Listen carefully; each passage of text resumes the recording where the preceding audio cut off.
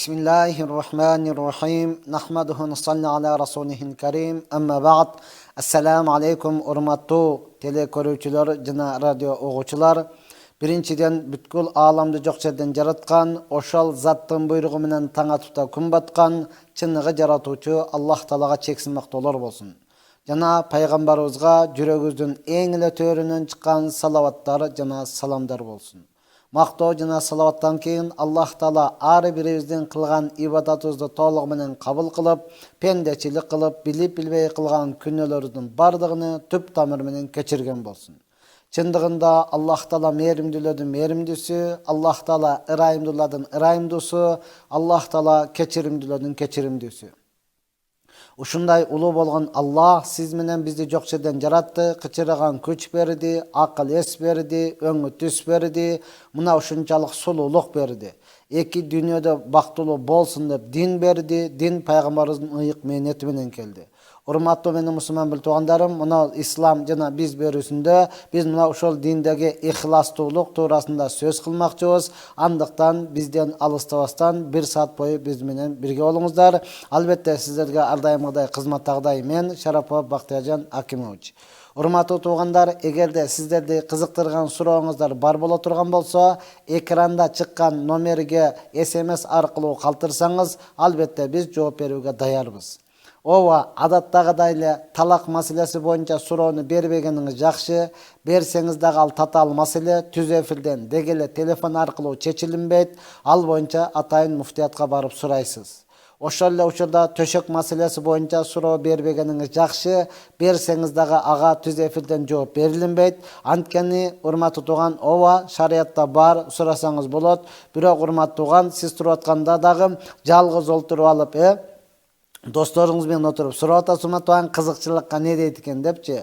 Ал эми бизди канчалаган бир туугандарыбыз уулдар, кыздары менен, үй бүлөсү менен, келиндери менен, деги эле уяттуу адамдар менен чогуу отуруп угуп турат. Ошондуктан алардын баарына эске алуу менен биргеликте биз ушул эки суроого түз эфирден жооп бербейбиз деп чечкенбиз. Аны туура кабыл аласыздар. Ова урматтуу тууган, бүгүн ихластуулук туурасында теманы тандап алдык. Анткени Кудайга шүгүр, бардыгыбыз колубуздан келишинче ибадатты кылып, билишибизче аткарып жаткан учурубуз.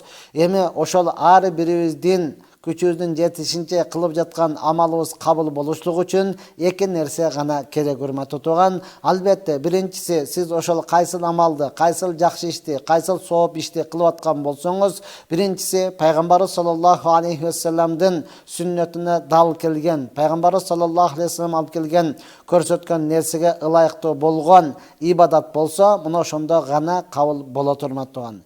Экинчиси, ошол кылып аткан ибадатыңыз, бирөө ораза кармап атат, бирөө садака берип атат, бирөө намаз окуп атат, бирөө фарызны, бирөө нафилни деги койчу, кайсыл эле сооп ишти кылып аткан болсо урматтуу тууган, экинчиси ошол жерде ихластуулук болуштугу шарт.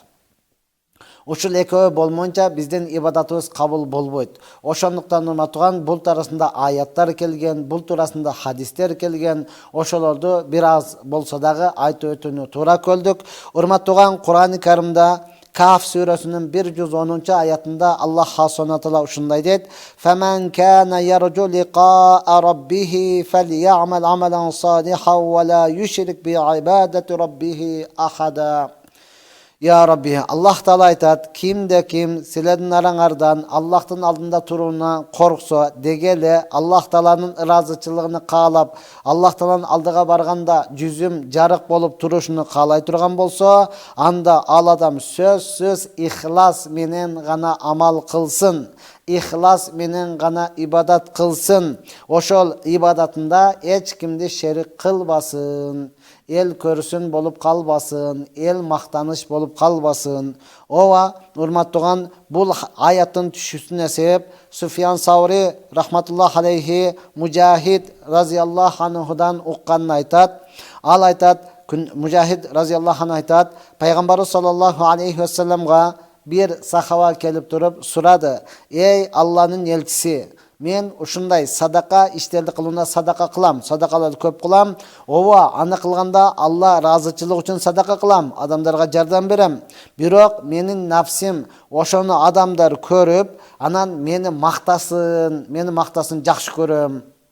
Адамдар көрбе, ким берди? Ушул адам берди, мужахид берди, ушул көп садака берет, ушул жакшы адам, көптөгөн иштерди кылды. О, дагы бул билинбей калганы деп айтыштарын мен жакшы көрөм деген учурда буга жооп кылып Аллах Субхана таала дал мына ушул аятты түшүргөн. Бул аятты дагы кайталаймын. Аллах таала айтат: "Фаман кана яржу лиқаа раббихи фальяъмал амалан салихан ва ла юшрик би ибадати раббихи ахада."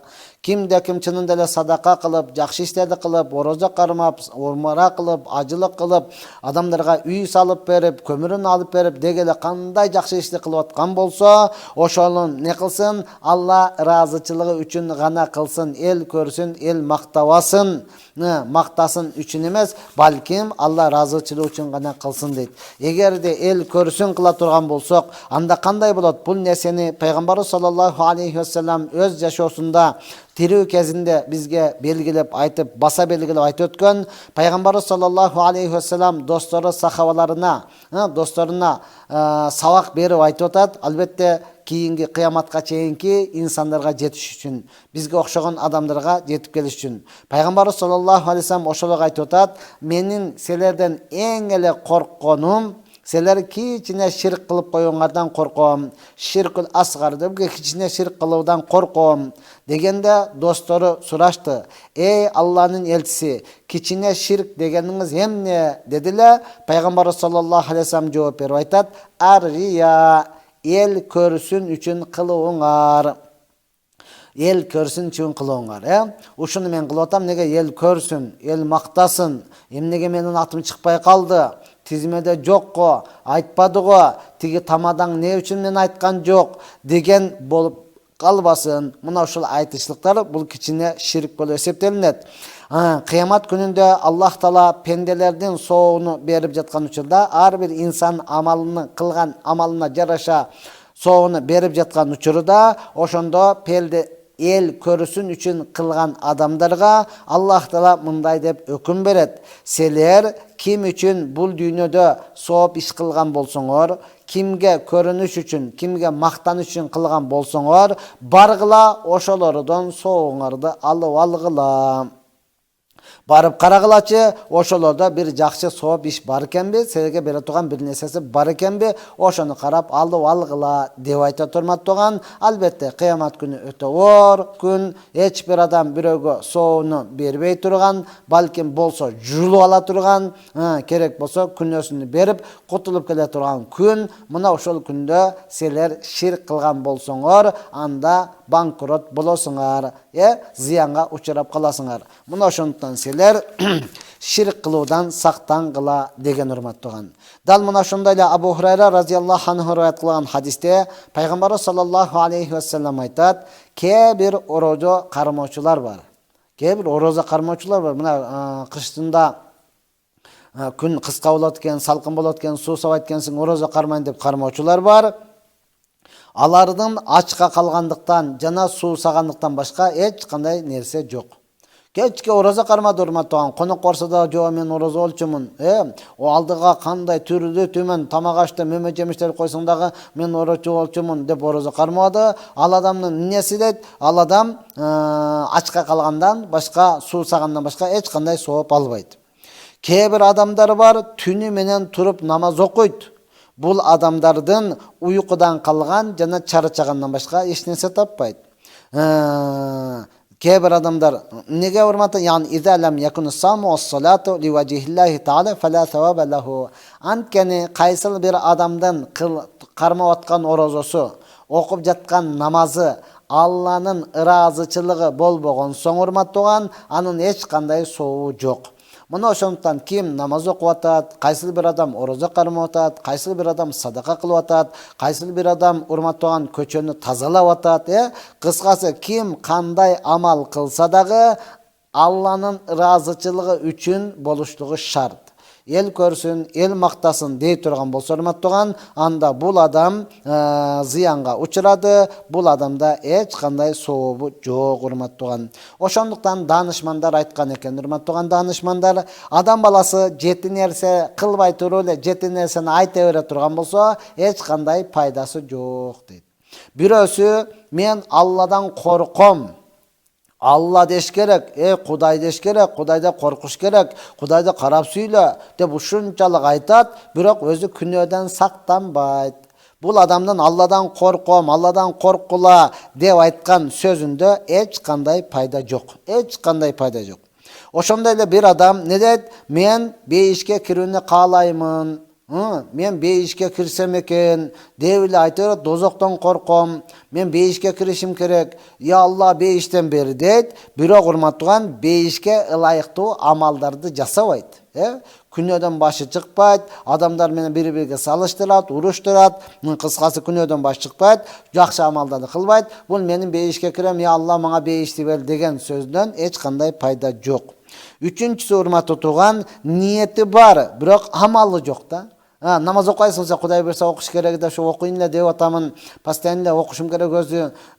Мен өзүм кароолугу менен жүрөгүм таза, душаң таза болуш керек, туурабы? Деп айтканы менен, бирок өзү намазды баштабай жатат, орозону кармабай жатат, күнөөлөрүн таштабай жатат. Ушу сигаретти ташташ керек, тамекини ташташ керек эле. Насыбайдан тажап бүттүм, арагы чеберип тажадым, ушуну чыгарбай эле койбойт беле деп эле айтып атат, бирок таштабай жатат, урматтууган. Бул айткан сөздөн эч кандай пайда жок.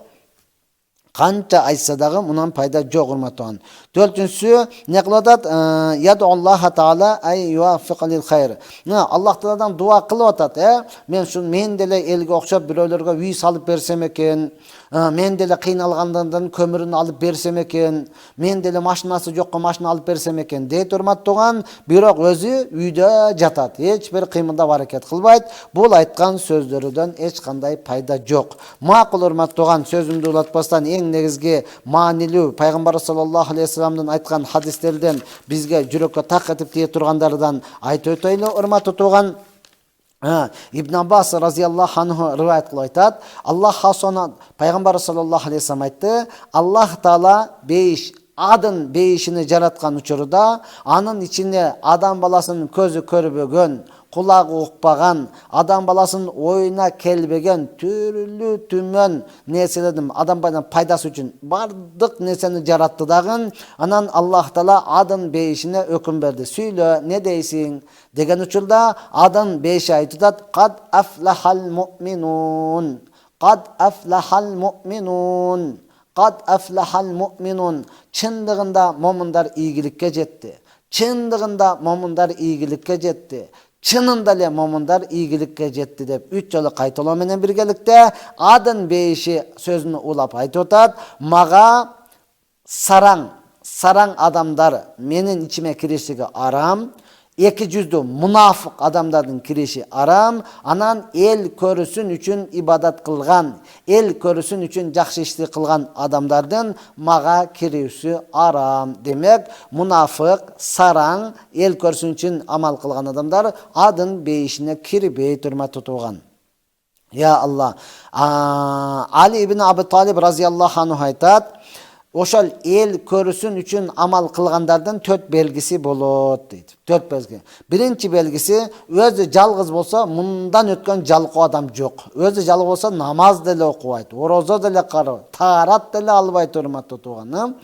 Куран деле окубайт, өзү жалгыз болсо. Качан адамдар менен болуп кала турган болсо, болду, китепти колуна кармап алган, Куран окуган, тим эле daarатты алып, жаңылап, укмуш. Качан адамдар менен бирге бар болсо, адамдар менен бирге болсо, бул адам эл көрүсүн үчүн кылып аткан адам. Экинчи, урматтууган, эч ким жок боло турган болсо, эч кимге жакшылык деле кылбайт. Качан адамдар мактай турган болсо, адамдар көп болуп, ушул адам жакшы иш кылып атат экенсиң, сен кылыпсың, сен жөнүндө уктук дей турган болсо, дагы көбөйтүп кыла турган. Эгер эч ким жамандабай турган, эгер бирөөлөр жаман айтып кое турган болсо, бергениңди көрдүк, эскисин эле кылып берип коюпсуң деп жамандай турган болсо, анда бир дагы жакшылык ишти кылбастан токтотуп койгон адам, дал мына ушул адам эл көрүсүн үчүн кылган адам деп айткан экен, урматтуу турган. Я Рабби. Андан кийин Шакик ибн Ибрахим айткан экен, амалдардын эң жакшысы 3. Анна ярал анна ламана мин Аллах таала лиюксара бихил ажаб. Kebir danışmanдар da aytқан екен, урматтуу, kebir danışmanдар не дейт? Ар bir адам баласы амал кылып аткан учурда, ибадат кылып аткан учурда, сооп ишини кылып аткан учурда 4 нерсе болушу зарыл дейт. Албетте биринчи илим болушу зарыл. Кайсы эле амалды кылыштан алдың, ошону үйрөнүп, намаз окуштан алдың, урматтуу, намазың жок дегенде Фатиха сүрөсүн жаттап, ошондой эле бир Ихлас сүрөсүн, Зам сүрөнү жатташың, бул зарыл нерсе, урматтуу. Себеби илими жок, амалың эч кандай кабыл болбойт, урматтуу, эч качан кабыл болбойт. Ошондон ар бир нерсени орозонун дагы кантип орозо кармасам болот, кандай кылсам оозум ачылып калат, кандай кылсам оозум ачылбайт. Аны сөзсүз билип туруп, анан орозо кармаш керек, урматтуу. Себеби кээ бирөөлөр орозо кармады дегенде эле эртеден кечке эле жебей жүргөндө эле айта берет Бул сөгүнгөндөрдөн тыйылбайт, аял менен төшөк маселесине баргандан тыйылбайт, урматтуу. Мына ушундай сыяктуу эле. Ошондон эң биринчи эмне кылыш керек экен? Илим алыштыгы зарыл, илим болбой турган болсо, амалы дурус болбой калат.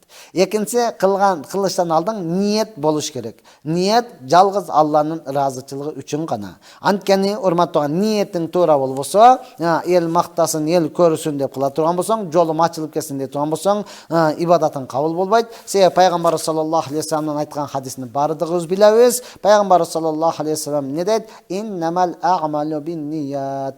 Ар бир амалдар ниетке байланыштуу болот деген. Ошондуктан экинчи амал кылганда, намаз окуганда, орозо кармаганда, ажыга барганда, дегеле умра кылып атканда, бирөөлөргө садака берип аткан учурда ниетиңиз туура болуш керек. Бирөөгө жардам берип аткан учурда Алла ыраазычылыгы үчүн гана. Ал сиздин кылган жакшылыгыңызды билеби, билбейби, түшүнөбү, түшүнбөйбү, кийин андан жакшылык кайтпайбы, кызыктырбайт, Алла ыраазычылыгы үчүн гана болуш керек. Эгер мага кийин жардам берет, менин жакшылыгымды түшүнөт бул дейт болсоңуз, анда сиздин кылган ибадатыңызда сооп болбой калат.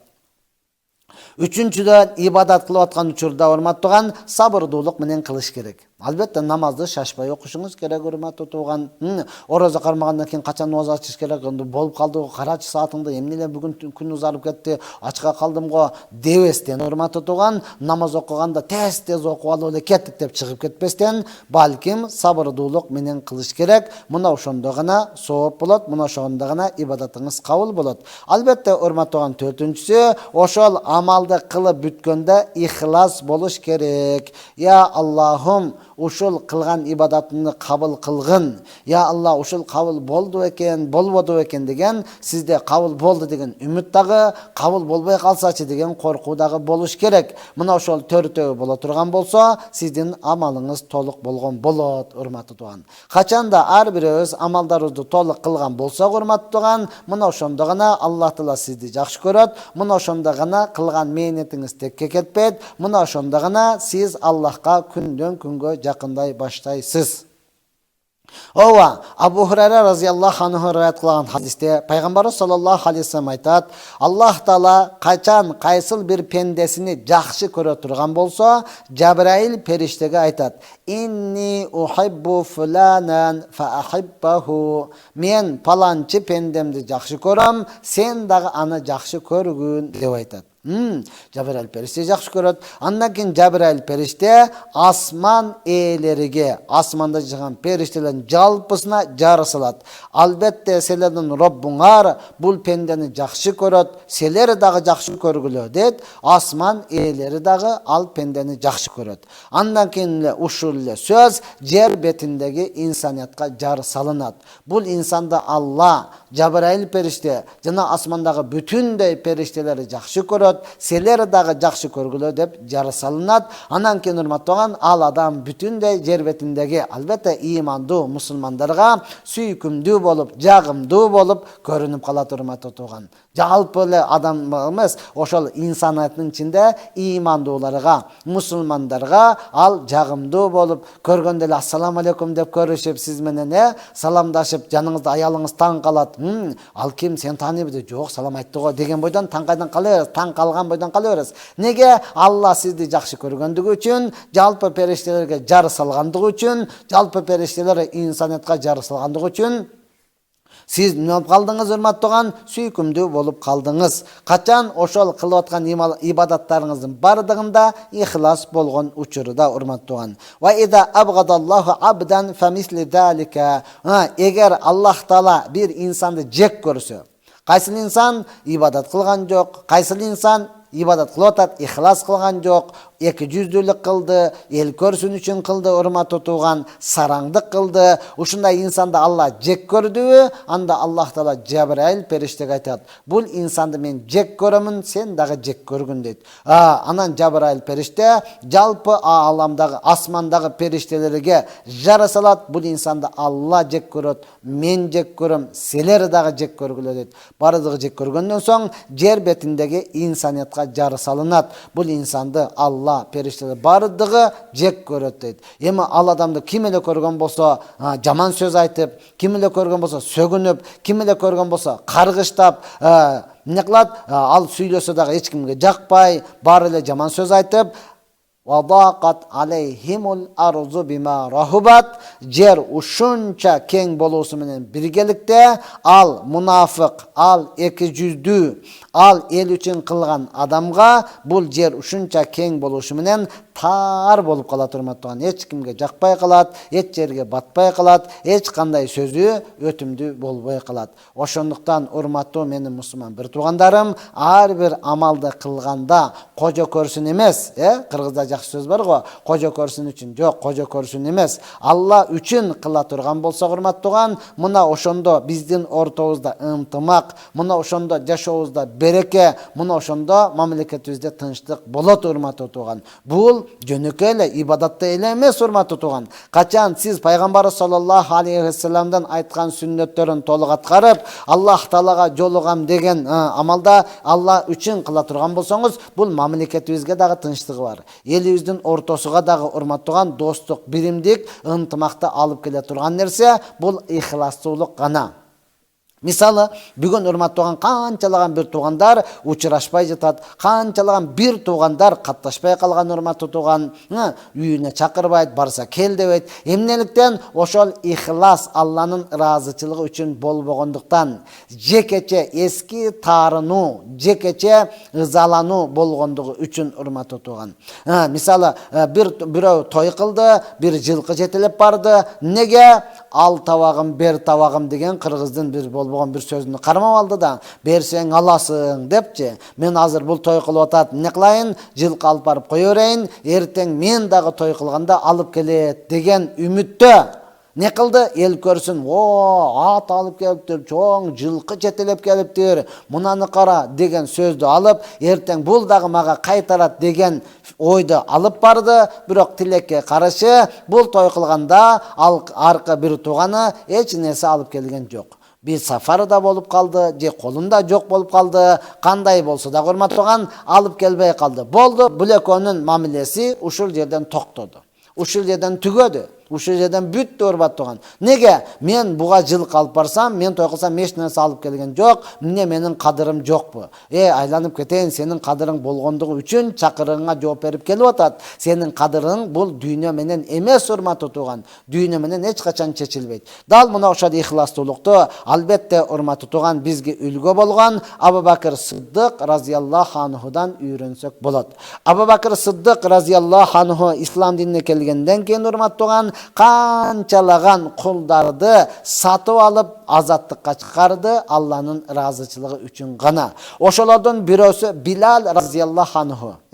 Билал разияллаху анху Кулале Умайя ибн Халафтын кулеле, урматтуу тууган, ислам диниге кирди. Буга кожойну өтө ачууланып туруп, динден чыгасың деди. Чыкпагандыктан канча ыза берди, канча азаптарды берди. Бирөөсүнө дагы таасирленбестен Билал разияллаху анху деди: ахадун ахад, ахадун ахад. Машалла, Алла жападан жалгыз, Алла гана жалгыз. Мен ошо гана иман келтирем деп кыйнап жаткан учурда Абу Бакыр Сыддык разияллаху анху дал келип туш келип калып туруп, анын кожойуна өзүнө айтты: ушундай бир алсыз кулга ушунча азап берүүдөн уялбайсыңбы дегенде, ал уялыштын ордуна кайра зарын чачып айтып атат: муну сен жолдон азгырдың, эгер колуңдан келсе сатып алып азат кылбайсыңбы деди эле. Абу Бакр Сыддык разияллаху анху колумдан келет деп сатып алып туруп азат кылды. Билал разияллаху анху ушул күндөн баштап туруп азат болду. Эми караңыз, Билал азат болуп, имандуу болуп, машалла, азан айтканда Билал разияллаху анхунун азанын уккан жалпы инсаният сүйүнүп ушунчалык кубанат эле. Анын азаны өтө кооз болгондуктан, урматтуу. Бардыгы Билал азан айтсын, Билал азан айтсын деп Билалдын азанын уккусу келет эле. Бардыгы оны угуп рахат алат эле. Ал эми Билал разияллаху анху азан айтып жатып: хайя аля сола, хайя алал фалах, намазга шашылыңыз, азаптан кутулууга шашылыңыз деп айтып жаткан учурда пайгамбарыбыз саллаллаху алейхи вассаламдын пайгамбарыбыз үйдөн чыгып мешитке келе жатканын көрүп туруп, Билал разияллаху анху ушуга кубанат эле, ушуга сүйүнөт эле, урматтуу тууган. Ушун менен рахаттанат эле. Эми күндөрдүн бир күндө пайгамбарыбыз дагы инсан экен, 63 жашында бул дүйнө менен коштошуп, ак дүйнөгө узады, урматтуу. Анан Билал разияллаху анху адаттагыдай эле азан айтып, хайя аля сола, хайя алал фала деп караса, пайгамбарыбыз саллаллаху алейхи вассалам үйдөн чыкпай калды. Неге? Ал каза болгон эле. Неге? Ал бул вактынчалык дүйнө менен коштошуп ахирет сафарына жол тарткан эле, урматтуу. Ал үйдөн чыкпаганды көргөндөн кийин Билал разияллаху анху өзүнү жоготту. Мына ушул күндөн баштап азан айтпай койду. Эми калган сахабалар азан айтсын дейт, айтпайт, айт дейт, айтпайт, айт деп суранат, айтпайт. Күндөрдүн бир күндө инсанияттык, адамдык табиятында бар экен да. Адамдар Билал разияллаху анхуну азан айттырыш үчүн Абу Бакр Сыддык разияллаху анхуга кайрылышты. Абу Бакр, сен Билалга айткын, азан айтсын, сен айтканыңды кылат. Неге? Анткени сен аны сатып алып азат кылгансың, ошондон сен айтканын кылат деди. Эми караң, Билал Абу Бакр Сыддык ал деле инсан, урматтуу периштемиз. Ошондойбу деп келип, Билал разияллаху анху айтты: Билал азан айт деди. Дегенде Билал разияллаху жок айтпайм десе, Абу Бакр Сыддык разияллаху анху айтты: Билал, билесиңби, мен сени сатып алып азат кылганмын деди. Дегенде Билал разияллаху анху: ооба билем, бирок ошол сатып алып азат кылганда ниетиңиз кандай эле?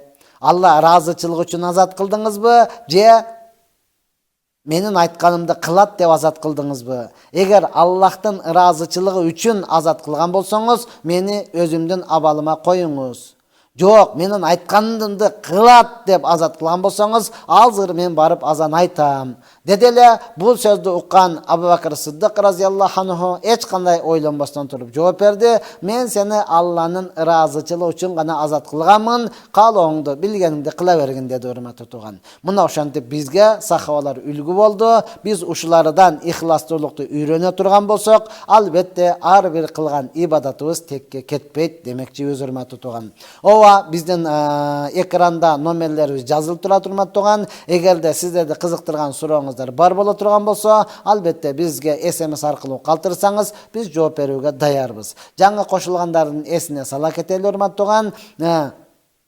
Талак маселеси боюнча суроо бербегениңиз жакшы. Анткени ал татаал маселе, түз эфирден, телефон аркылуу чечилбеген маселе. Ошол эле учурда аны сурашлык үчүн, урматтуу, муфтиятка барасыз. Ал жерде атайын өздөрү жаш болсо дагы илимдүү балдар бар, урматтуу. Ошолор сизге чечип берет. Андан кийин төшөк маселеси боюнча суроо бербегениңиз жакшы, аны жекече сурайсыз. Биздин алгачкы сурообуз келип түштү, урматтуу. Насихат радиосунун FM передатчик аппараты бузулуп калгандыгына байланыштуу сиздерден жардам бериңиздерди сурайбыз дейт. Машалла, түшүндүңүздөр. Ооба, ошолорго жардам берип коюңуздар, урматтуу. Бул жерге менден башка да канча алымдарыбыз келет, канчалаган устаздарыбыз келет. Сиздерге 24 саат бою кызмат кылганга даяр болот. Ассаламу алейкум ажы. Түшүмдө чубак ажынын тегерек столдун үстүндө мага карап сабак берип жатканын көрдүм. Адам болуу жөнүндө сабак болуп жатыптыр. Ушул түштү чечмелеп берип коюңузчу дейт. Урматтуу тууганым, албетте Аллах субхана таала мына ушундай. Кээ бир адамдардын өлүмү дагы дават болот, тирүүсү дагы дават болот. Кээ бир адамдан тирүү жүргөндө дагы дават берет, өлүмү дагы бизге дават болот. Дал мына ошолордун катарында Чубак устазыбыз урматтуу туган. Аны Аллах Таала ушунчалык кабыл кылган, ар бир адамдар башында жек көрдү урматтуу туган, дүйнөдөн өтүп кеткенден кийин аябай ыйлады, бирок кеч болуп калды. Эми сиздин түшүңүзгө ушундай болуп аткан болсо, албетте урматтуу туган, ошол чынында эле адам болойлу, бардыгыбыз адам болойлу. Сиз жакшылыкка эмне кылыңыздан жооруп туруп, сабак ала баштаңыз. Ошол Чубак ажынын деги эле устаздарыбыздын баяндарын укканыңызга амал кылыңыз урматтуу туган. Ассаламу алейкум, Аллахым ыраазы болсун сизге. Менин акам жалгыз уул. Келинибиз апамдын үстүнөн эч кимибизди сыйлабайт. Үйүнө эле таарынып кете берет. Бир кызы бар. Акам башкага үйлөнсө болобу дейт. Болот урматтуу туган, эмне үчүн болбош керек? Эмне үчүн болбош керек урматтуу туган? Ошону менен өмүр бою калсын деген эч жерде жок да, закондо деле жок, шариятта деле жок урматтуу туган. Жалгыз болсо, чынында эле апаңызды деги эле сиздерди урматтабай турган болсо, үйүнө эле кете бере турган болсо урматтуу туган, качанга чейин да, аны менен жакшы сүйлөшүп, урушпай, ажырашса уялбай жолугушат дегендей. Ажырашпаштан шариятта бар урматтуу туган, үйлөнсө боло берет. Ассаламу алейкум устаз, 3-4 күндөн бери грипп болуп, температура болуп, 5 убакыт намазыма бекем бола албай атам. Дуа кылып коюңчу, калтырбай окума. Алла таалам жардам берсин. Рахмат, Алла разы болсун. Алымдарыбыздын өмүрлөрүнө береке берсин. Амин. Акыйкатта ооруду берген дагы Алла, шифасыны берүүчү дагы Алла. Алла сизге ооруду берипти, шифасын да кошо берсин. Туган кызыксыз. Адам баласы ооруганда Аллага көбүрөөк жакын болот го. Ошол учурда туруп окуй албасаңыз, отуруп алып окуңуз. Отуруп деле болбой аткан болсо, жатып алып окуңуз урматтуу туган. Намазды калтырбаш керек. Чынында эле бул оюн нерсе эмес урматтуу туган. Калтырбаш. Ошол учурда дуаңыз кабыл болот. Акыйкатта урматтуу туган, мурдагы таза жүргөндөй болбойт. Ошондон пайгамбар саллаллаху алейхи хадисинде айтып атпайбы? Кимде ким таза мезгилинде ибадат кылып, кийин ооруп калганда ошондой кыла албаса дагы, Алла Таала ошол ибадатын жаза берет дейт. Качан ошону калтырбай кылсаңыз да урматтуу туган, сиз калтырбай намазыңызды калтырып койсоңуз, окуду деп жазылбайт эч качан урматтуу туган. Мурдагыдай тике туруп окуду деген соопту жазат да, жатып алып окуган болсоңуз дагы. Алла шифа берсин, ийгилик берсин. Ошондон намаздарыбызды калтырбастан окушубуз керек. Ассаламу алейкум, менин бир тууган иним, бир тууган сиңдимди зордуктап койгон. Аны сиңдим жана мен эле билем. Эч кимге айткан эмеспиз. Эми 8 жаштагы сиңдиме тиешет экен. Не кылсак болот? Биз 6 бир тууганбыз. 3 бала, 3 кызбыз. Иним 28 жашта дейт. Инна лиллахи ва инна илайхи раджиун. Аны не кылыңыздар урматтуу туган, тиешип аткан болсоңуз, аны эч кимге айтпаңыз. Акыйкатта урматтуу туган, мунун анонимдүүлүгүнө толук кепилдик болуш керек. Эртең анын тагдыр нерсе бар. Бүгүн урматтуу туган, чынында эле мына ушундай нерселер өтө көбөйгөн. Өтө көп урматтуу туган. Бул бизге ачыкка чыгып аткандыгы. Акыйкатта урматтуу туган, атасынан качып келгендер бар. Өз жашоомдо көрүп атам. Бир туугандан качып келгендер бар. Эмнеге кол салып атат депчи? Мына ошон үчүн бизге дават керек. Мына ошон үчүн аларга кайра эскертүү керек. Айланып кетейин, сен деген, я Алла, өз карындашына, өз эжесине әңге болушлук бул деген не деген сөз урматтуу туган? Табияттын бузулгандыгы деген сөз да. Табияттын бузулгандыгы урматтуу туган. Эртең ошондон төрөп койсо эмне болот? Мына ошондон сиздер урматтуу туган алдын алып, ооруну жашасаң өлүм ашкера кылат дейт го урматтуу туган. Аны атаңызга айтыңыз, мына тийишип атат деп элечи, мына тийишип атат, жаман жол менен тийишип атат. Керек болсо ага түшүмүз, тийишпе деп урушуп коет болсо, жок, тигил жагын көрсөтүп атат, дегенге чейин тилини салып атат, дегенге чейин барып айтыш керек урматтуу туган. Аны катуураак бир какыс-кокус кылыш керек. Болбосо жок, бизде эң коркунучтуулар дал мына ошол. Бул урпактын бузулушуна алып келе турган өтө динсиздик, надандык мына ошондон болот. Муну алдын алыңыздар урматтуу туган. Айтыңыз аны. Ассаламу алейкум устаз, сиздин кыздарыңыз кайсы мектепте окуйт? Биз дагы мусулман мектептеринде окутайлы дедик эле, бирок кымбат болуп жатат дейт. Азыр менин кыздарым эң чоң эле 3-класста урматтуу туган, мына Сокулуктагы Орок мектебинде окуйт. Кудай буйрса, бир аз баягы балагатка толгондон кийин Арча Бешиктеги мектеп бар, Арча Бешикте ошол жерге алып келем деген ниет. Ошол жер менен сүйлөшүп, ошол жерге алып келсеңиз болот иншалла. Assalamu alaikum, kandaysiz Bahtiyar Taksir? Men sizdi 2001-жылы Чоң Аксу медресесинде окуп жүргөнүңүздү таануучу элем. Саламдашып, учурашып коеюн дедим. Атым Замир деп. Машалла, Кудайга шүгүр, Замир билип турган. Мен жаппа жакшынамын. Ооба, мен 2000-жылдан баштап туруп 2003-кө чейин ошол Ысык көлдөгү Чоң Аксу медресесинде Григорьевка айылында окуганмын. Григорьевка элине таазим. Албетте булар өтө жакшы адамдар. Григорьевкадан баштап так бери Кашат, Темировка айылдары. Алла өмүрлөрүнө береке берсин. Сиздердин салымыңыздар менен Кудайга шүгүр биз ушул деңгээлге жетип анан окуп атабыз. Ал учурда чынында эле кыйын болчу, урматтуу тууган. Мен баргандан баштап туруп, окууну бүтүп, дипломду алып, анан Баткенге айылыма кеткенмин. Ошого чейин ошол көлдүн эли эле мени караган. Аллах субхана таала жалпыңыздардын дагы урпактарыңыздардан аалым, кары, салих, уул кыздар чыгышын насип кылсын. Ассаламу алейкум. Күйөөсү аялына намаз оку деп айтса, аялы окубаса, күйөөсүнө күнөө болбойбу дейт. Жок, урматтуу тууган, күйөөсүнө күнөө болбойт. Албетте урматтуу кайра айтыш керек, урматтуу тууган. Себеби намазга алып келе турган, дегеле иманга алып келе турган, хидаятка баштай турган бул биз эмес. Бул Аллах. Аллах гана жакшы көргөн адамыны туура жолго баштай алат. Биз ооба жашап атасың, сүйүдүң, жакшы көрдүң, бирок туура жолго баштай албайсың, урматтуу тууган. Мына ошондон биз негизден үйлөнүшүндөн алдың пайгамбар ассалам ошондон айтылганда, адамдар сулуулугуна карайт, байлыгына карайт, динине карайт, силер диниге карап алгыла деген. Жолук салынган, намаз окуган, даярын алгыла, урматтуу тууган. Сен сулуулугуна карап алдың, байлыгына карап алдың, мына ошондой, урматтуу тууган, намаз окуган келгенде жок, мага жакпайт. Сен мени мажбурлаба. Мен өзүм каалаганды кылам, болбосом жашабаймын, балдарыңды карап ал деген сөздөрдү айтат. Мына ошондон урматтуу диниге карагыла деп айткан. Эми алып алды, урматтуу жашап атат, айтсын, икрам кылсын, кызматыны кыла берсин, урматтуу өмүрү узун болсо, өлбөсө сөзсүз бир күн окуйт. Жок, өмүрү кыска болуп өлүп кала турган болсо, эч качан күйөөсү буга күнөөкөр эмес. Саламатсызбы? Акыркы күндөрү түшүмдө тишим түшүп калып жатат. Түштө тиш түшкөн жаман деп коюшат, чынбы? Жалган. Жалган. Такыр ишенбең, урматтуу. Тишиңизде бүтүндөй түшүңүздө бардык тиштериңиз түшүп калып, колуңузга теспе кылып тартып отурган болсоңуз дагы ишенбеңиз, урматтуу тууган. Макулбу? Түштөн эч нерсе чечилбейт.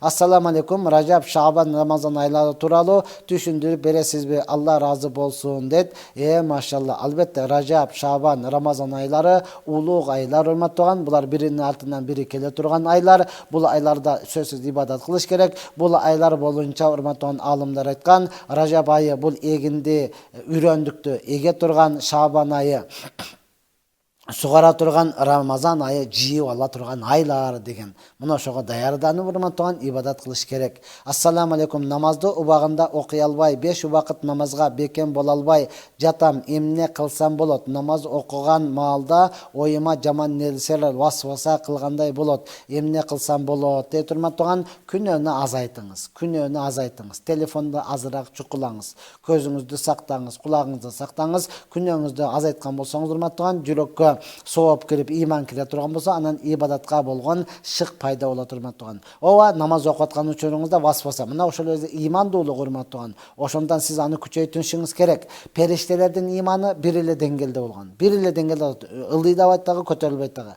Пайгамбарлардын иманы күндөн күнгө көтөрүлүп турган. Ал эми сиз менен биздин иманыбыз толкун болуп турат. Албетте ушинтип баян берип, адамдарга жакшы насаат берип, күнөөдөн алыс болсоңуз көтөрүлөт, урматтуу тууган. Жок, телефон чукулап, өзүң билгенин кылып кала турсаң, ылдый түшөт. Мына ошондуктан күнөөдөн алыс болуңуз.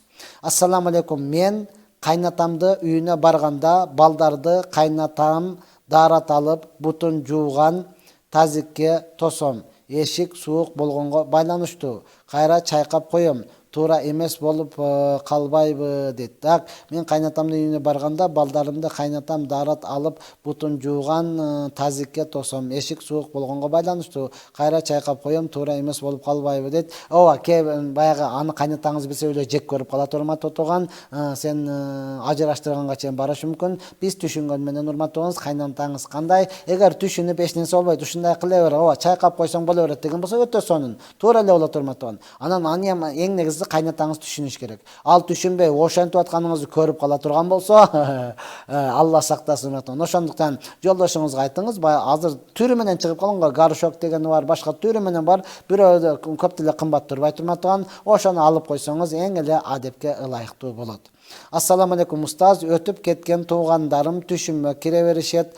Жакшылыккабы бул жооп берип коюңузчу. Алдын ала рахмат, Алла разы болсун сизден. Амин. Ооба, урматтуу тууган, сиз түшүңүзгө кирген болсо, Куран окуп соону багыштап коюңуз. Жакшылыкка, урматтуу тууган, жакшылыкка сизден сооп үмүт кылып аттыр. Не кыласыз, соону багыштап коюңуз. Ассаламу алейкум устаз, күйөө мичет чегет, нашада чегет. Кээде жашаганыбызга 1 жылдан ашып калды. Жашаганы каалоом деле калбады. Насаат берип коюңузчу. Рахмат, алдын ала дейт. Албетте, урматтуу, эгер сизди урбай жаткан болсо, сизди сөкпөй жаткан болсо, аны дават кылып, аракет кылуунун аракет кылыңыз, урматтуу тууган. Анан жок, наша чегип аткан учурда ал эч кимди тааныбай эле уруп сөгүп аткан болсо, ата-энеңизге айтыңыз дагы жакшылыкча ажырашуунун аракетин кылсаңыз болот. Шариатта бар нерсе, урматтуу тууган. Анан эң негизи эле чегип ичкен, наша чеккендер бул арам. Бул арам нерсе. Сиздин ден соолугуңузга дагы, ахиретиңизге дагы бул зыяны жете турган нерсе. Ошондон жалпы чегип, ичип, наша тарткандар, урматтуу, бул нерседен алыс болуңуз. Макулбу? Бул жаман адаттарды ташташ керек. Ал еврейлердин сөзү бар. Үйрөнгөн адат калабы, өгүзгө жүгөн салабы деген урматтуу. Бул еврейлерден алынган сөз. Үйрөнгөн адат калат. Өгүз башы бербесе, ага жүгөн салат, урматтуу. Мына мурдун тешип туруп илип коюп атпайбы? Жүгөн салат деген мына ушул, урматтуу тууган. Мына ошондуктан не кылабыз? Чечим чыгарыңыз. Жаман адаттарды таштаймын деп турупчу, таштаса болот. Ассаламу алейкум, бир суроом бар эле. Кызым быйыл 16да, намаз окуйт эле, Куран окуйт эле. Bir bala жолугуп үйлөнөм деп ата-энеси каршы болду. Жаш кыз деп никеси жашап жатышат. Эмне кылсак болот? Ассаламу алейкум, бир суроом бар эле. Кызым быйыл 16да, намаз окуйт эле, Куран окуйт эле. Bir bala жолугуп үйлөнөм деп деди. Ата-энеси каршы болду. Жаш кыз деп никесиз жашап жатышат. Эмне кылсак болот дейт. Алла сактасын, бул соттолуп кетет мунуңар. Мына сото үй бүлөсү менен соттолуп кетет, урматтуу тууган. Кандай бул никесиз жашап, зына кылып атат. Эмне кылса болот деген. Бул не деген сөз, урматтуу? Кызыңды салып берип коюпту, зына кылып атат. Не кылсак болот? Тартып бер, наргынан кулагын жулуп ал. Айтпаган сөз укпай турган болсо, урматтуу, милицияга бериңиз, аны зына кылып аткан карап туруп, макул жашай берсин. Болбойт, урматтуу. Эгер ошолорго азап келсе, бардыгыбызды кошо алып кетет. Билип туруп, аны айтыңыз. Бизде 18ге чейин тыюу салынган, урматтуу тууган. Өтө тыюу салынган. Үй бүлө менен ага нике кылган адамдар менен кошо камалып кетпейби? Ошондуктан эртерээк мунун алдын алыңыздар. Айтыңыз, баланы айтыңыздан кызды үйгө алып келип алыңыздар, анычы. Ага салып бербей. Ассаламу алейкум устаз, суу жок жерде таямым менен окуш керекпи? Же не дейт, үстү ачык таза болгондугуна күмөн болгон суу менен дарат алган туура болобу? Үстү ачыкка дарат алганыңыз туура болот. Үстү ачык болсо дагы суу барбы, урматтуу тууган? Ошого не кыласыз? Дарат алсаңыз болот. Албетте, ол таямым кылганда, урматтуу тууган, анын өзүнүн шарттары болуш керек да. Суу такыры жок болуш керек. Андан кийин бизде азыр кеңир болгон магазинден сатып алсаңыз деле болот. Мен ээн талай эрмечөлдүн арасына калган болсо, анда бир сөз. Дарат алганда тартиби менен албай калса, дарат кабыл болобу? Мурунга суу алганда колго бир жолу куюп, мурунга 3 жолу тарса болобу дейт. Болот, урматтуу тууган. Даратты не кылат? Тартиби менен алышлык сүннөт өзү, урматтуу тууган. Анан тартиби жоголган болсоңуз, сүннөткө каршы чыккан болот, урматтуу тууган. Анан ал даратыңыз бар болуп эсептелинет. Бирок сүннөттү калтыргандыгыңыз үчүн, урматтуу тууган, мына ушундай. Ассаламу алейкум, Дамылла, мен сизге суроо беришим себеби өзүм 4 жолу кесиравамын. Ачка болсом ичегим түйүлүп калат. Кантип орозо кармайм деп ойлонуп атам. Үзүм 5 мал намаз окуймун, таштабайм дейт. Демек сиз, урматтуу тууган, чындап эле ошондо кесиравына байлып, врачтарга айтып, анан ачка болгондо иштериңиз түйүнүп кыйнала турган болсоңуз, муфтиятка барасыз. Муфтият сизге такыр орозо тутууга мүмкүн болбошуну билгенден кийин, муфтият ошол орозонун фидия деп коет.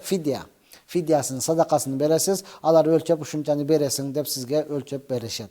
Oşo jaka barыңыз. Assalamu alaikum ustaz. Men ekinci turmuşum 13 yıl boldu. Kүйөөмдүн birinci ayalı turmuşka çıga elek. Köp oruyum, жүрөгүm сыгыла берем.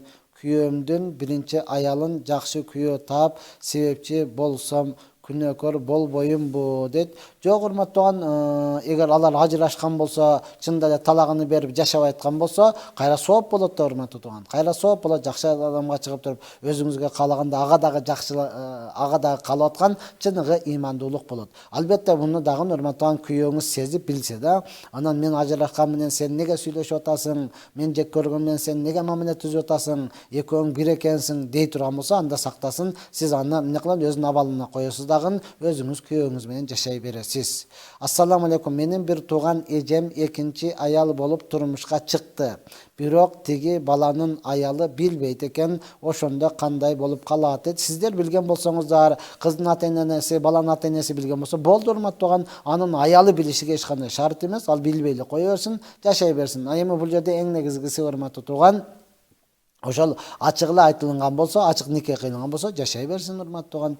Саламатсызбы? Азыр көчө кыдырып дават кылууну тыйды. Ошондо көчө кыдырбасак, пайгамбарыбыздын сүннөтүн аткара албай калган болобузбу? Көчө кыдыруу сүннөтпү дейт. Баракелде, баракелде. Алла өмүрүңүзгө береке берсин. Алла, өтө көйгөйлүү сурооду бердиңиз урматтаган. Ооба. Мен TikTok'ta эфирде отурсам дагы бирөө суроо белди эле урматтаган. Ошол бул жактан чыгабы чыкпайбы деп ойлонуп отурдум эле. Бирөө дагы айтат, мен фих китептерден, анан эмне дейт, мухтасардан издедим. Бул кыдыруу жок экен го дейт. Издеген жерине караңыз урматтаган. Не дейт? Фих мухтасардан, анан фих китептерден үймө үй кыдырууну карасам, ал бир дагы китептерде келбепти дейт. Айланып кетейин. Алла, китептерде жок экен го депчи, сен кайсы китепте окушту бил да урматтаган. Манастын китебин полный жаттап алсаң дагы жок да, туурабы? Жаңыз Айтматовдун 10 том китеби чыккан. Аны окусаңыз жок анда урматтаган. Түгөлбай Касымбековдун 15 том китеби чыккан. Анын бардыгын карасаңыз дагы жок, толтура жок талада. Сен мухтасарды неге карайсың? Өзү мухта кыска болсо, анан фих китепти неге карайсың? Сен Имам Бухарини кара, хадисти кара, Имам Тирмизини кара, хадистерди кара, хадистерден таппасам десең, анда пайгамбарыбыз саллаллаху алейхи вассаламдын сиратын наби, пайгамбарыбыз саллаллаху алейхи вассаламдын өмүр баянын кара. Тарыхты кара да урматтаган. Ошолордон табасың. Эгер чынында эле урматтаган, пайгамбарыбыз саллаллаху алейхи вассаламдын кыргызча эле китебин окуганда, бул кыдыруу жок экен деп бирөө дагы айтпайт эле да. Мен башка бир дагы китепти окуй эле коюңуз. Кыргызчасын эле, арабчасын макул түшүнбөйсүз. Бухари дегенде көзүңүз алая түшөт, эмне китеп экен ол депчи, Ошондон урматтаган, мен жалпы адамдарга айтып кетейин. Абу Хурайра разияллаху анху риваят кылган хадисте пайгамбарыбыз саллаллаху алейхи вассалам айтат, эмне дейт? Жүргүлө жөөттөргө барабыз. Жүргүлө жөөттөргө барабыз дейт. Дагы пайгамбарыбыз саллаллаху алейхи вассалам сахабалар менен достор менен бардагын жөөттөрдөн сабак окуп атырган медресе деп коебуз го, үйлөрүнө барып туруп, анан пайгамбарыбыз саллаллаху алейхи вассалам аларды исламга чакырды. Не деди? Силер исламды кабыл алгыла, саламатта болосуңар деп чакырды урматтаган. Бул хадис Имам Бухаринин 3167 номердеги хадиси. Эгер билбесеңиз урматтаган, мынаны окуп алыңыз. Макулбу? Бул акыйкатта сүннөт. Ушул хадистен ар бир үйгө барышлык сүннөт. Буга окшогон толтура хадистер бар урматтаган. Пайгамбар саллаллаху алейхи вассалам өмүр баянын кыргызчасын эле карап окуп коюңчу сураны сизденчи. Сизди макул бир адам илимдүү деп атат, сизди бир адам уламалар кеңешинде деп атат, сизди бир адам деген укмуш айтып атат урматтаган. Мунун мунча шакирттери бар. Бул деген Кыргызстанга ушунчалык мээнет кылган, эң алгачкылардан, анан уламалар кандай сөз айткан болсо дагы, пайгамбар саллаллаху алейхи вассаламдын кыргызча эле өмүр баянын окуп койгонуңузда урматтаган, үй кыдырыш сүннөтпү же фарзбы бир дагы китепте жок экен деп айтпаган болот элек. Бул суроо эч кандай туулбайт эле урматтаган. Ошондуктан пайгамбар саллаллаху алейхи вассалам айткан, билбеген нерсесин билбейм деп айтышлык, бул өзү илимдүүлүк деген. Билбесең билбейт экенмин, мен китеп окудум окудум го, бирок эсимде жок деп койсоң деле урматтаган бир канча жылма болот эле да. Макулбу? Мына алдымда турган китептердин баардыгын окудум, мен тапкан жокмун дей турган болсоңуз урматтаган, анда тапкандардан сураңыз. Пайгамбар саллаллаху алейхи вассаламдын өмүр баяны кыргызча эле, арабчаны түшүнбөйсүз. Анан 3100 канчанчы дейт? 3160. О хадиске качан жетем мен? О десеңиз, номери менен айтып койду урматтаган. Анан башыдан окуп, аны түшүнбөсөм мен эмне кылайын дей турган болсоңуз урматтаган, анда түшүнгөндөрдөн сурасаңыз, албетте үймө үй кыдырышлык урматтаган бул сүннөт. Ооба, эгерде чынында эле эртең закон кабыл алынып туруп президенттин колу кайылып кала турган болсо урматтаган, мурдагыдай үйдү такылдатуу бул болбой калат. Анткени урматтаган чынында эле бул жерде мына ошол нерсеге эмне болот атат? 3 ай дейби, 4 айдан бери мына ошол нерсе талкуу болуп кайра коюлуп аткан нерсе. Андыктан дуа кылыңыздар. Ад-дуа силахул муъмин. Дуа бул муъмин мусулмандын куралы. Ад-дуа мухил ибадат. Дуа бул ибадаттын чучугу. Дуа кылсаңыз урматтуу туган, жүрөктөр бардыгы Аллахтын колунда. Аллах субханаху таала жүрөктөрдү ушундай өзгөртүп туруп, бул эгер тыюу салып кое турган болсок, биздин мамлекетибизге, биздин элибизге, биздин үй бүлөбүзгө, биздин айлана чөйрөбүзгө өтө көп зыяндар келеткен болду, түшүндүк деп туруп кол койбой кое турган болсо, анда жалпы урматтаган мусулмандардын бул жеңиши, мусулмандардын сүйүнүчү. Меники эле, же болсо максат устаздык эле, ким эле ошого күйүп аткан болсо ошонуку эмес урматтаган. Бул жалпы Кыргызстаныбыздын сүйүнүчү болот. Анткени урматтаган азыр эле көрдүңүздөр, иниси бир тууганына не кылып атат? Зордоп атат. Бир тууганга тийишип атат. Ага ким айтыш керек урматтуу туган? Ооба, биз ансыз деле урматтаган, мен TikToктон деле сабак берип атам, колумдан келишинче эфирге деле чыгып атам, аны дагы кылып атабыз. Бирок үймө үй тыкылдаткан бул дагы башка нерсе. Анткени урматтуу туган, мына биздин кааласа түндүк түштүк бизде, эки жактын менталитети эки башка нерсе да. Мисалы мен өзүм Баткенден болом, Баткенге барып эмне кылсаң, ассаламу алейкум, мешке адамдар келиптир, келиңиз десең, майли деп коет. Жок дебейт, майли деп коет, болду. Бирок эч кимди көтпөйсүң да. Үйгө барып дагы тыкылдатып, ассаламу алейкум, мешке келиптир, жүрүңүз десеңиз деле, майли, шамгабы деп коет. Ооба дейт, эч ким. Ооба, бир экөө келиши мүмкүн, калгандары келбейт да. Машалла мен Ысык көлдө окудум, 3 жыл Ысык көлдүн тамагын жедим, тузуна таттым, ошол жактан машалла илим алдым, Мен башка мамлекетте окуган жокмун, мен ушу Кыргызстанда эле окуган баламын урматтуу туган. Ал эми Ысык көлдү такылдатып барсаң, карайт дагы, не дейт? Бүгүн шамгабы? Жок, бүгүн барбайм дейт. Ачык эле айтат, бүгүн барбайм. Ой, эмне болду десең, менин колум бошобойт. Макул, анда кете бересиз урматтуу туган. Барам деди, ал барат да.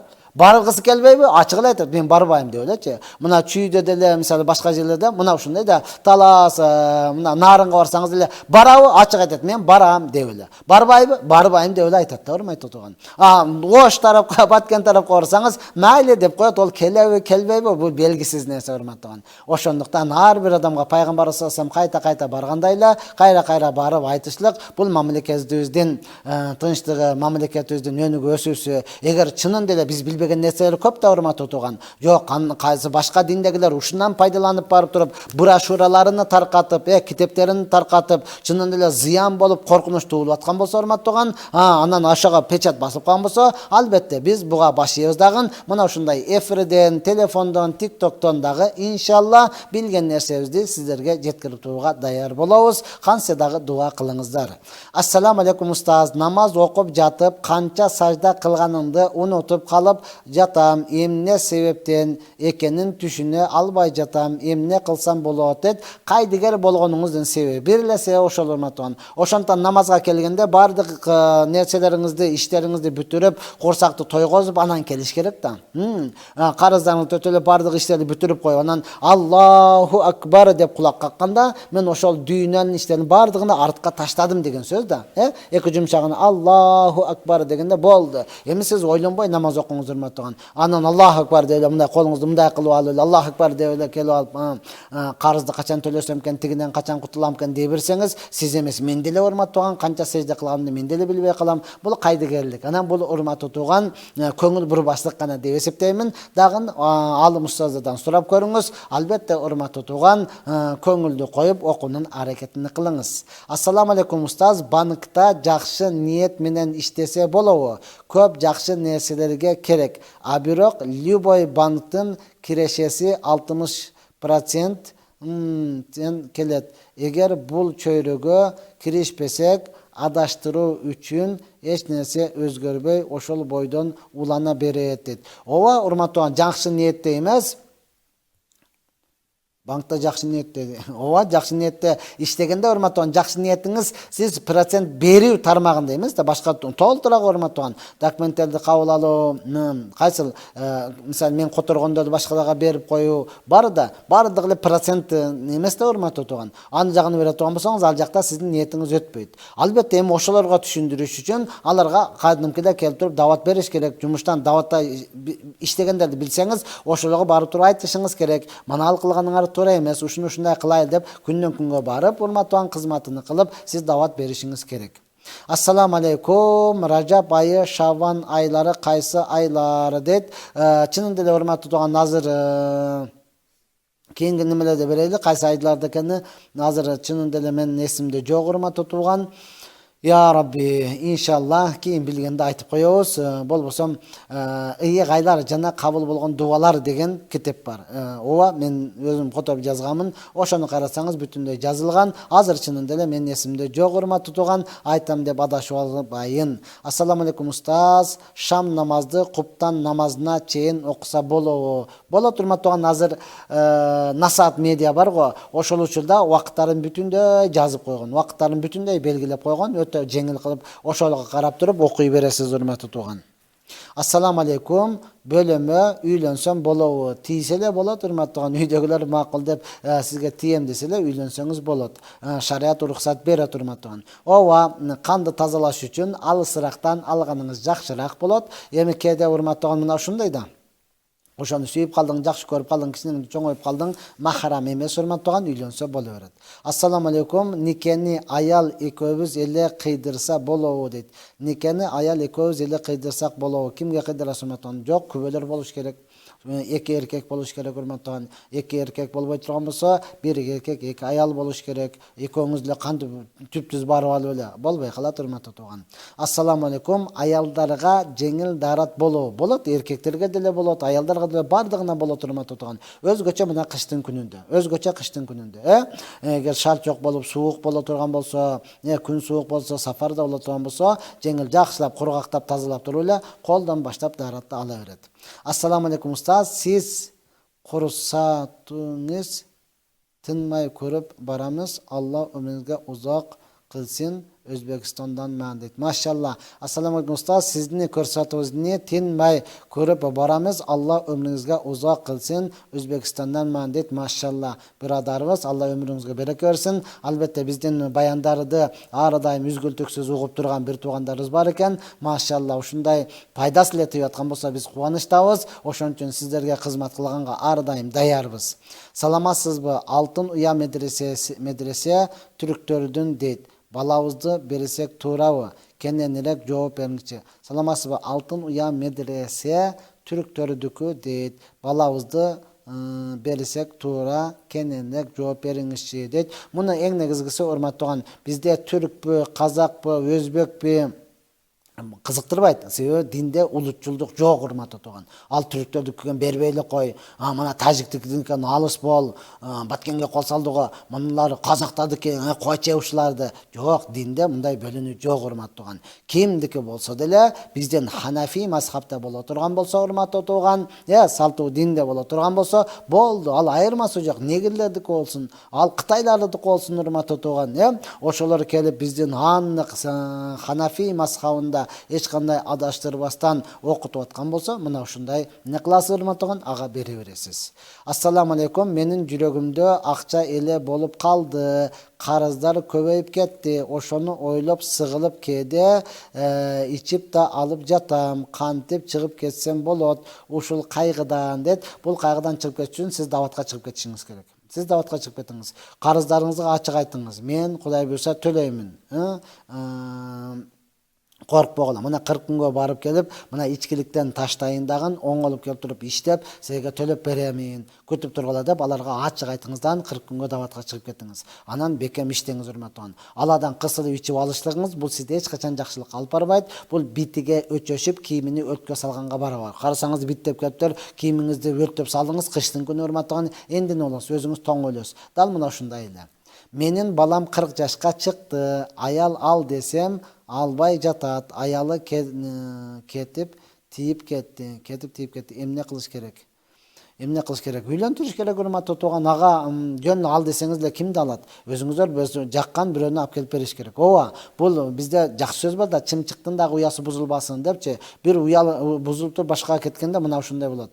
Ошондон ал адамдарга дагы дин керек да. Динде кандай? Пайгамбар саллаллаху алейхи вассалам айткан, жакшылык болсо дагы Алладан, жамандык болсо дагы Алладан. Бардыгы Алладан деп деген болсо, демек Алланы миң сүйүп жашаган менен урматтаган жашоо ушунчалык эле экен.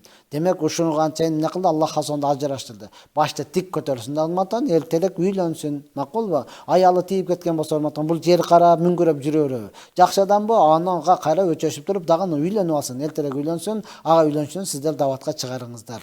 Ассаламу алейкум устаз, балам намазга көңүл бурбайт, атат, көңүл бурбай атат, көңүл не дейт?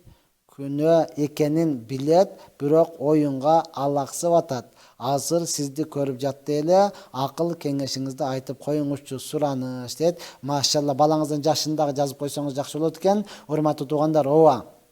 Күнөө жаштын тилегини берет дейт. Жаштыгыңыздан намаз окуп, эгер сиз кандайдыр бир ийгиликке жетем десеңиз, кандайдыр бир чоң нерсени багындыргыңыз келсе, азыртадан жаштайыңыздан намазды калтырбастан окуп, Аллахтан сураңыз, жаштын тилегини берет. Өзгөчө пайгамбар саллаллаху алейхи хадисте айткан урматтаган, акыры кыяматта күн найзадай бою түшүп, эч кандай көйлөгө болбогон учурда адамдар өзүнүн тери деген териге, күнөөсүгө жараша тизесинен, киндиктен, желкесинен, белчесинен батып калган учурда 7 түрүдүү адам гана арыштын көлөгөсүндө болот. Ошолордун бирөөсү жаштайдан намазга барып, жаштайдын мечит менен байланышып, жаштайдан ибадат кылган бала дейт. Эгер ошого жеткиңиз келе турган болсо, азыртадан урматтаган намазыңызды бекем кармаңыз. Ооба, досторуңуз окубай атат, ооба, досторуңуз каалагандай жүрөт. Сиз урматтаган аларга өчөшпөң. Алар эртең күн бардыгы келип туруп, сен жаштайыңдан окугансың, сен бизди айтпаптырсың деп бардыгы сизге көзү күйөт. Ошондуктан бул намаз Аллахтын өкүмү. Бардыгыбыз окушубуз шарт. Ассаламу алейкум, менин суроом, 4 балам бар. 18 жашымда ата энем жоктугунан туугандар жат бирөөгө зордуктап турмушка беришти. Бирок күйөөм экөөбүз эч келише албадык. Уруш, жаңжал, урат, тамак ашка карашпады. Өзүнүн гана кара курсагын карап бала чака менен иши жок дейт. Анан уландысы барбы? Өзүм балдарымды карап чоңойттум. Азыркы күндө жашабайбыз. 20 жыл болуп калды. Бирок туугандар айтат, эриңнен жоомунду алып күйөөгө тий дейт. Кандай болот? Сөзсүз жооп алыш керекпи дейт. Ооба, сөзсүз жооп алышыңыз керек. Сөзсүз жооп алышыңыз керек. Жооңузду ала албасаңыз, сиз ошонун карамагында болосуз дагы, ошонун никесинде болуп туруп, башка бирөөгө турмушка чыга албайсыз. Ошондуктан анан жооңузду туугандарыңызга айтыңыз, макул, менин жоомду алып бергиле, мен тийгенге даярмын дең. Алар жооңузду алып берсин. Жоону бердим деген күндөн баштап туруп, этек кир көрсөңүз, 3 этек кир көрөсүз. Боюңузда жок болсо турмушка чыгасыз. Боюңузда бар болгон болсо төлөгөндөн кийин анан чыгасыз. 3 этек кир келип бүткөндөн кийин гана башка бирөөгө турмушка чыга аласыз. Устаз, сиз менен кантип байланышсак болот? Номериңизди бериңиз. Аллахым ыраазы болсун. 708 18 64 95. 0708 18 64 95. Мунда байланыш дагы бар, WhatsApp дагы бар, урматтуу тууган. Ассаламу алейкум, устаз. Урматтуу туугандар, не дейт устаз? Үйлөнгөнүмө 4 жыл болду, 3 ай эле жашаганбыз, ортобузда бир кызыбыз бар. Бала менин ата энем менен кайын энем жашаганыңызга каршы болот. Аялым чечкинсиз болуп, апасынын үйүнө кете албай жүрөт, талак бер дейт. Кайын энем берейин десем кыйын болотат. Алла Тааланын жактаган сөз экен дейт. Жакпаган сөз экен дейт. Ооба. Анан урматтуу тууган, сиз өзүңүз чечкиндүү эмессиз. Аялыңыз эмес. Сиз ошону эле жүрөгүнө колуңузду тыгып алып туруп, сүйүүңүздү ошого арнатып туруп эле, ошого сонун карап койгонуңузда, ал сизсиз жашай албаймын, апам не десе ошо десин, өзүнүн тирилиги деп туруп сиз менен жашай бермек. Сиз ага мындай суусуз, көңүлдү эле бурбайсыз, кош көңүлсүз, анан сен апаң айтып атканмын деп өчөшөсүз, урматтаган, ошондон ал кетем дей берет. Кетем дей берет, урматтаган. Сиз жүрөгүңүздү колго тыгып алыңыз, урматтаган, сонун пайгамбар саллаллаху аялдарга кандай мамиле кылган, ошондой кылыңыз, иншалла сиз менен кетпей жашат. Иншалла. Ассаламу алейкум устаз. Биринчи такбир фарз кулакка угулуш керек дейт го. Мурда Аллаху акбар деп айтпай окуган болсом, эми ал намаздарды кайра окуш керекпи дейт. Биринчи такбир фарз кулакка угулуш керек дейт го. Мурда Аллаху акбар деп айтпай окуган болсом, эми ал намаздарды кайра окуш керекпи дейт. Үнүңүз угулуш шарт эмес, тилиңиз кыймылдаган болсо болду, урматтуу тууган. Аллаху акбар деп тил кыймылдаш керек да. Жөн эле тилиңизди да кыймылдатпай да айтып койгон болсоңуз, анда башынан аяк окуйсуз. Ооба. Ассаламу алейкум устаз. Азыр кыш мусулманча чилде убагы ушул убакта дем салдырбайт деп уккан элек. Кандай болот? Айта кетиңиз дейт. Урматтаган, дем салдыра бериңиз. Ол кыштын, чилденин эч кандай таасири жок, урматтаган. Ого эч кандай тиешеси жок. Албетте суук, урматтаган, чилде кирди суук өзүнчө боло берет. Сиздин өзүңүз ден соолугуңуз өзү дем салдырып, урматтаган, ден соолугуңузду карай бериңиз. Мен намаз окуйм, сакалым бар, мурут койбой эле койсом болобу дейт. Ооба, мурутты койбоңуз, урматтуу тууган. Пайгамбар саллаллаху алейхи вассалам айткан, силер жөөттөргө, эврейлерге окшогула, сакалды койгула дагы мурутту алгыла деген. Ал эми еврейлер жөөттөр мурутту коюп сакалын алат. Сакал койгон болсоңуз болду, муруттун кереги жок. Жүн түштөгөн чымчыкка окшотуп эмне кыласыз? Алып салың, урматтаган.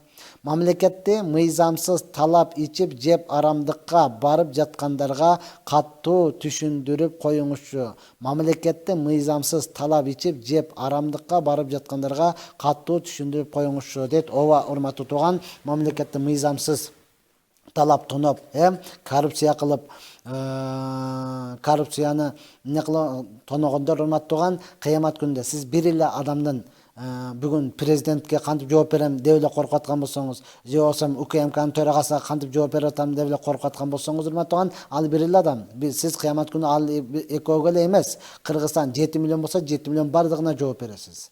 Жооп бергениңиз, соогуңузду бардыгы талашат. Соогуңуз калбай калды, менде соом жок дейт турган болсоңуз, бардыгы күнөөсүн сизге берет, урматтуу тууган. Мынтип эле жүрө бербейбиз. Мынтип эле жүрө бербейбиз. Аллах субхана таала жараткан күндөн баштап эле Кыргызда сонун сөз бар, төрөлдү деген сөз бар. Төрөлдүң, элтең өлдүң деген сөз. Төрөлдү. Мына ошондон баары өлөсүз. Сиз ким экенсиз, ал кызыктырбайт турган. Менмин деген фиравундар өткөн. Менмин деген намруттар өткөн. Менмин деген Дакыянус өткөн. Менмин деген Карун өткөн, урматтуу тууган.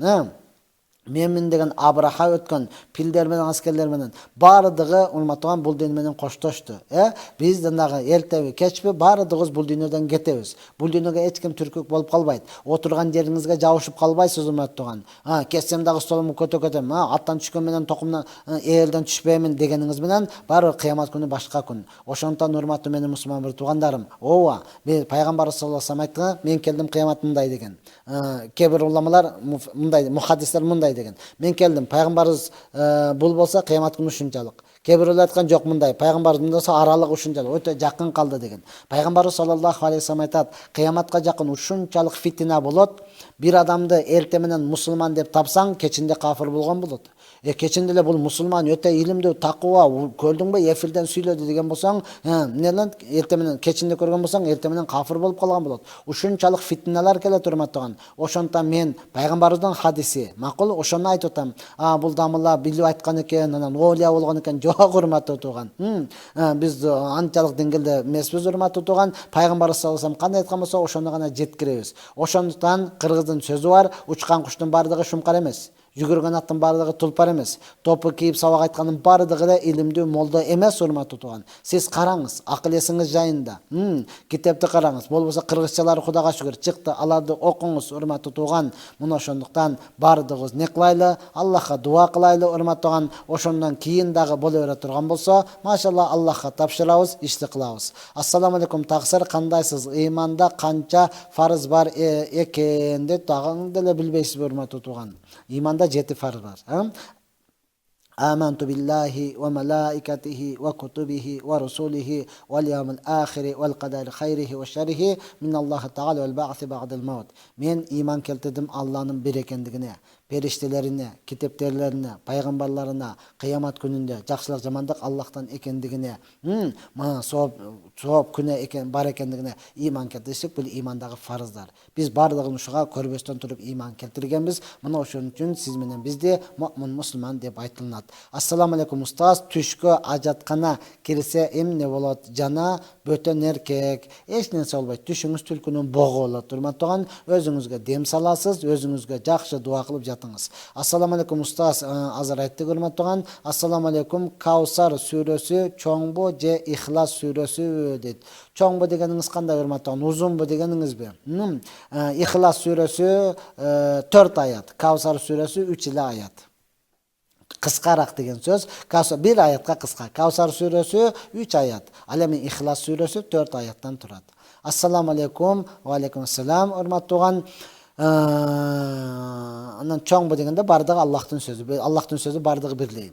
Өткөндө депутаттардын алдында bir алым пайгамбарыбыз эшик такылдаткан эмес деди. Кандай дейсиз ошого? Дейт урматтаган. Мен азыр айтып өттүм. Эми кийин кошулган болсоңуз же сурооңуз келип калган болсо, дагы айтайын урматтуу тууган. Өткөн депутаттардын алдында bir алым пайгамбарыбыз эшик такылдаткан эмес деди. Кандай дейсиз ошого? Пайгамбар саллаллаху алейхи ва саллям эшик такылдаткан, урматтуу тууган. Мен сизге анын хадисин окуп берейин. Ya Rabbi. Азыр сизге айтам, урматтаган, пайгамбар саллаллаху алейхи ва саллям не кылган? Эшиктерди такылдаткан. Бул боюнча сиз макул арабчаны түшүнбөсөңүз, пайгамбарыбыздын кыргызча эле сүйүктүү пайгамбарыбыздын өмүр баяны деген китеп бар. Кыргызча жазылган, атайын муфтияттан тастыкталып, печатын коюлуп, өзүдүн муфтияттан ошол муфтияттагы адамдар деп атпайбы? Ошолор болот, окусун мана бул деп бир канча жолу жарыштар болуп, сүйүктүү пайгамбарыбыздын өмүр баяны кыппа кыргызча. Ошондон эле пайгамбардын тарыхын карайсыз, урматтаган, бардыгын окуп жүрбөй эле пайгамбарлык берилген күндө мазмундан эле карайсыз, чоң китеп да, мазмундан карап туруп эле пайгамбарлык берилген күндөн баштап туруп окусаңыз, урматтуу тууган, эшиктерди такылдаткандыгы, пайгамбарга каршы эшиктерди жабылган чыгып, сен белең деп жабылып алгандыгын мына ошондо көрөсүз, урматтуу тууган. Пайгамбар саллаллаху алейхи ва саллям кафирлардын эшигин канча такылдатты, мусулмандардын Али менен Фатима разияллаху анха эшигин такылдатып туруп, намаз окудуңарбы деп сурады, урматтуу тууган. Мына ошолорду не кыласыз? Табасыз. Эгер арабчаны түшүнбөйм десеңиз, Бухаринин китебинде, урматтуу тууган, мен азыр сизге айтып берем.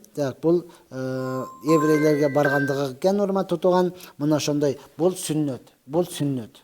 Сүннөт, урматтуу тууган. Макулбу? Сүннөт. Эшти такылдаткан. Сиз муну фихтан издебең. Сиз муну, урматтуу тууган, башка адабий китептерден издебең. Сиз бул имам Бухаринин хадисиден издеңиз. Эгер сүннөт экенин билгиңиз келсе, анан сиз муну пайгамбар сира, пайгамбардын тарыхынан издесеңиз, муну ошондо сүннөт экендигин билесиз, урматтуу тууган. Ал эмне себептен айтты, кандай ойду айтты, билбедик. Аны биз деле уктук, урматтуу тууган. Эми Аллах субхана таала ар бир инсанга инсаф берсин.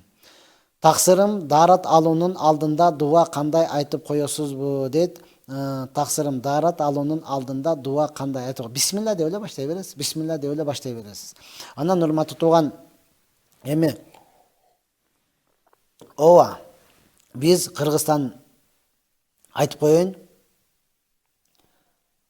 Кыргыз мамлекетибиз биздин жаныбыздан кымбат турат. Мамлекет бул жаныбыздан кымбат турат. Душман басып кире турган болсо, мен өлсөм өлүп калайын, бирок мамлекет калсын. Мамлекетти коргоостан качып кеттиңби, өтө чоң күнөөкөр болосуң, урматтуу тууган. Пайгамбардын хадисинде согуштан качуу өтө чоң күнөөкөр. Менин жанымдан мамлекет кымбат турат. Экинчиден, менин мамлекетимден иман кымбат турат. Иман кымбат турат. Кандай эле пайгамбарыбыз саллаллаху алейхи вассаламга сахабалардын иманына зор келди, Меккени таштап кетти. Иман бул мамлекеттен дагы кымбат турат. Мына ошондуктан урматтуу менин мусулман туугандарым, мына ошол нерсеге адамдарды чакырыш керек. Ооба, урматтуу тууган, мен эле эмес, борончу машалла агабыз дагы, башкалар дагы толугу менен айтып берип атат урматтуу тууган. Эми бул жерде дагы эмне кылышыбыз керек? Биз даватка каршы эмеспиз. Даватка каршы эмеспиз, гашка гана чыкпасын деп үй кыдырбасын. Бул деген сөз урматтуу тууган, сен тамак иче бер, бирок бышырбай ич.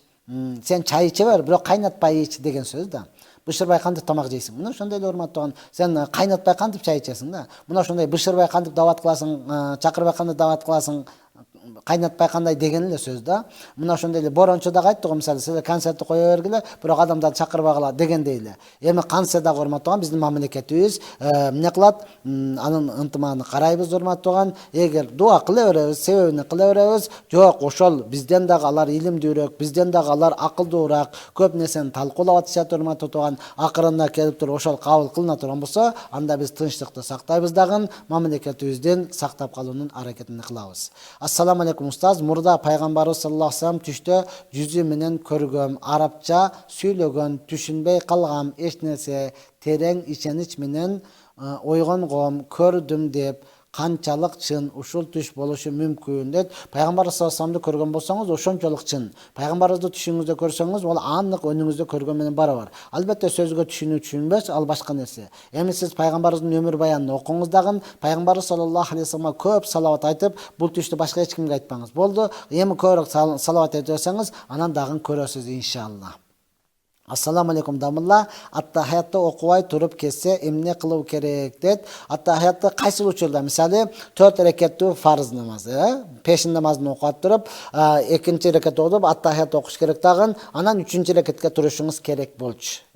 Бирок сиз окубай эле туруп кеткен болсоңуз болду. Эмне кыласыз? Эми 3-тү, 4-тү окуйсуз дагы, акырында унуткандык саждасын, эки жака сажда салават, эки жака салам айтып туруп, унуткандык саждасын кыласыз, намазыңыз толук болот. Эми караңыз, аттахият акыркы рекеттеги болсун, 2 рекет намазда, 2 рекет багымдатта болсун. Же болсам 4 рекеттин акыркысында отуруп аттахият окушуңуз керек эле, окубай эле 5-чи рекетке туруп кетипсиз. Анда эсиңизге келгенче, сажда кылганга чейин эсиңизге келген болсо, отурасыз дагы, жанагыдай эле унуткандык саждасын кыласыз. Я Рабби, аттахиятка отурбай туруп 5-чи рекетке туруп кеттиңизби? 5-чи рекеттин саждасын кылып койгон болсоңуз, намазыңыз бузулат, кайрадан башыдан окуйсуз. Эгер түшүнбөй калсаңыз, бир намаз окуган адамдын алдыга барып туруп, ушул эле кайра сурооду берсеңиз, сизге түшүндүрүп дагы айтып берет. Ассаламу алейкум устаз, Аллахым сизден разы болсун. Мен үйдөн талим өтөм. Күйөөм маңдайыма отуруп, укса болобу, айтып коесузбу дейт. Үйүңүздө өзүңүз талим өтөсүз, урматтуу кимдерге? Балдарыңыздарга же өзүңүзгө? Балдарыңызга өтөсүз, күйөөңүз сөзсүз отурсун, урматтуу. Күйөөңүзгө да алзары нерсе, күйөөңүзгө да керек. Маңдайыңызда отурабы, оң жагыңызда, сол жагыңызда отурабы, айырмасы жок. Отурусуз дагы толук отуруп туруп, талим өтүп, машалла, ушул хадистерге амал кылып аткан болсо, шүгүрчүлүк кылат. Амал кылбаган болсо, я Алла, ушуга амал кылууга бизге жардам бер деп дуа кыласыздар да, анан туруп кетесиздер. Ассаламу алейкум устаз, күйөөм умрага кетерде бир күн мурун арак ичип алган.